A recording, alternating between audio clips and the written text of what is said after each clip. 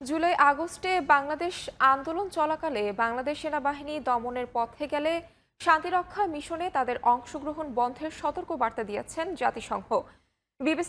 বিবিসির হার্টকে সম্প্রতি এ কথা বলেছেন জাতিসংঘের মানবাধিকার বিষয়ক হাই কমিশনার ভলকার তুর্ক।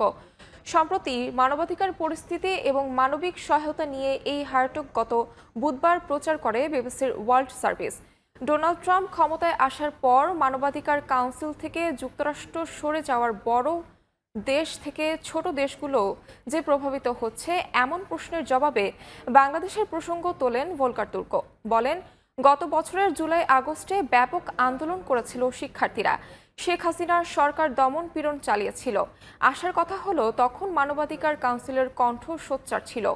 বাংলাদেশের সেনাবাহিনীকে সতর্ক করা হয়েছিল, যদি তারা জড়িয়ে পড়ে তাহলে আর শান্তিরক্ষা মিশনে অংশগ্রহণকারী হিসাবে থাকতে পারবে না।